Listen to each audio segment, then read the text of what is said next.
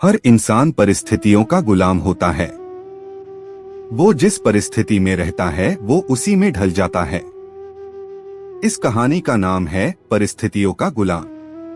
बहुत पुराने समय की बात है।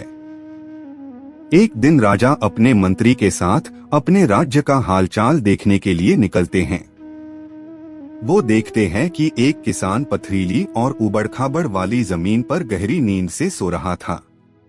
उस किसान को देखकर राजा अपने मंत्री से कहते हैं कि जरा इसे देखो, ये बेचारा इस असुविधापूर्ण स्थिति में भी कितनी शांति से सो रहा है, और एक हम है जो कि इतनी अच्छी सुविधाएं के बावजूद भी अगर थोड़ी भी अड़चन आई तो ठीक से सो नहीं पाते हैं।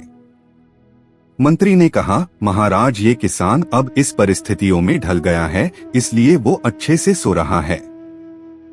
अब उसने अपनी इसी लाइफ को एक्सेप्ट कर लिया है। मनुष्य का शरीर बहुत ही कठोर होता है। उसे जैसी व्यवस्था मिलती है वैसा ही वो अपने आप को उन परिस्थितियों में ढाल देता है। राजा ने अपने मंत्री से कहा कि मुझे ये बात सच नहीं लगती है। राजा ने कहा कि हमें इसकी परीक्षा लेनी होगी। उस किसान की परीक्षा लेने के लिए वो उसे अपने साथ राजमहल में ले जाते हैं।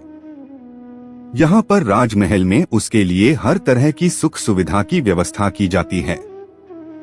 उस किसान को बहुत ही अच्छा नरम बिस्तर सोने के लिए देते हैं।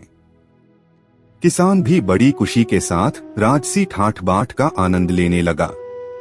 इसी तरह किसान को राजमहल ने आए हुए 2 महीने हो गए।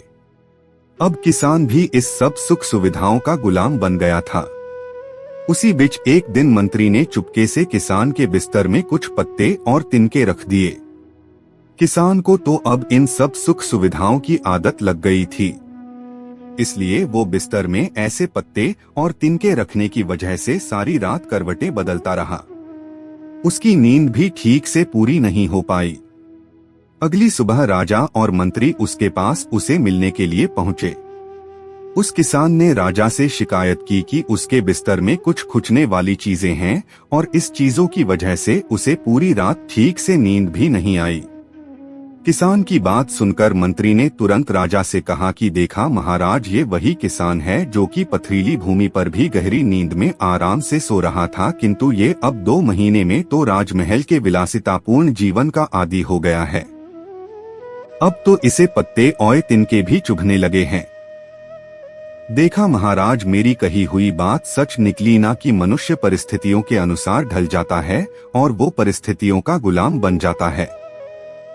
राजा ने अपने मंत्री से कहा, हाँ, तुमने मुझे उस दिन सच बताया था। इंसान वाकई परिस्थितियों का गुलाम होता है।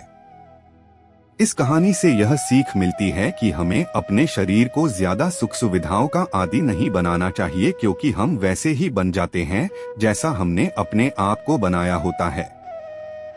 अगर हमें जरूरियात से ज्यादा सुख सुविधाएं मिल जाती है तो हम कभी भी उन सुख सुविधाएं वाली परिस्थितियों के बिना रह नहीं पाते हैं।